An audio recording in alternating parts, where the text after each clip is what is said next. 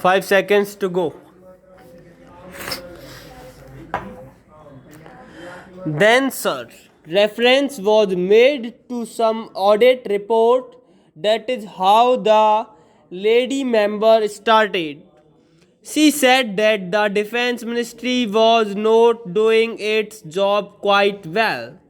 There was over provisioning, there were lapses, and so on and so forth. She also said that the money which could have been spent for very many beneficial projects was looked up in the defense estimates and was ultimately given back.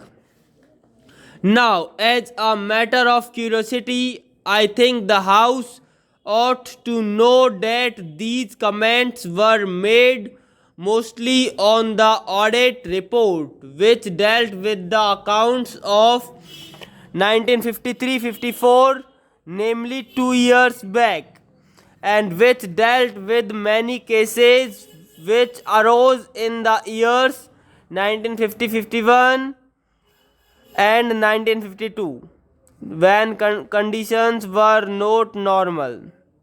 We were then just recovering from the effects of the Second World War, and these cases are over provisioning came up before the audit. Now, these are the points which have been raised in this audit report. As you are aware, sir, there is a public accounts committee whose main function is to go into the details of all these matters and to examine them. I am told that the public accounts committee is at present engaged in the task of going into all these questions and taking steps to see whether the comments made by the Auditor General are satisfied or not, and whether there is a sufficient explanation forthcoming or not. The Public Accounts Committee has also got to devise the steps so that those irregularities should not occur and there should be no over poisoning. I may say one thing in passing because it will rather be tedious for me to take the House through the merits of each particular thing in detail. Please remember that there is no question of over provisioning. Whenever an estimate is made, the finance minister takes very great care to see that there is no over provisioning. Sometimes it so happens that the money is not spent for certain reasons. For example, we may have got to pay rupees 5 crores for a certain equipment which may have been ordered from abroad and which may be due to be delivered in the financial year, that is to say in 1956-57. But when the dates of deliveries approach, the contractors or the suppliers may ask for the little extension of time, and the result is that instead of the goods being delivered by March 1957, they may be delivered in May 1957 or in July 1957.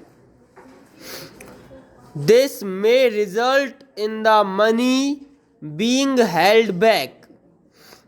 Now, such things do happen, but that does not indicate any lapse on our part or any mistake on our part. Similarly, sometimes it happens like this.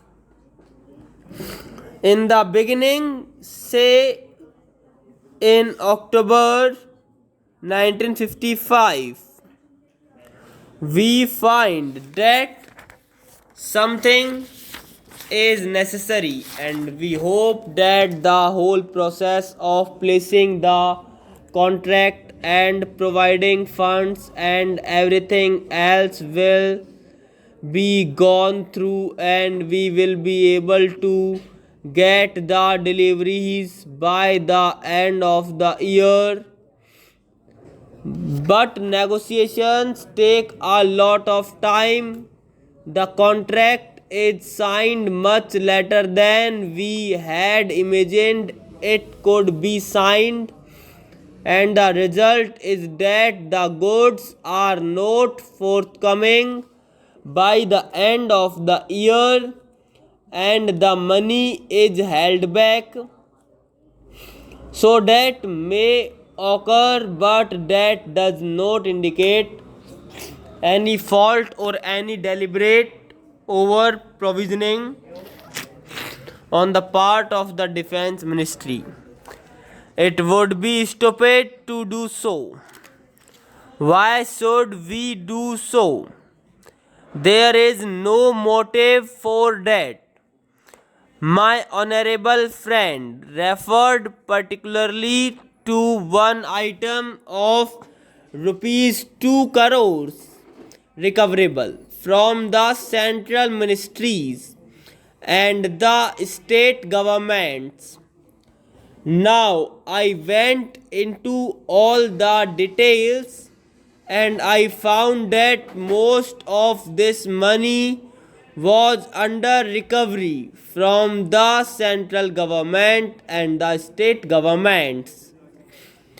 It pertained to certain buildings and other premises which had been rented out to the state governments for rehabilitation purposes and some other purposes, but the rents had not been realized.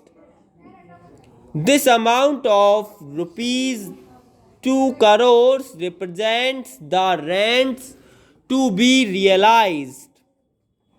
Now I submit, sir, that the House should take this assurance from me that we are most anxious to prepare our estimates as accurately as possible, and on the basis that the money estimated should be spent in the defense ministry. We have got a financial advisor who keeps a strict watch over these things.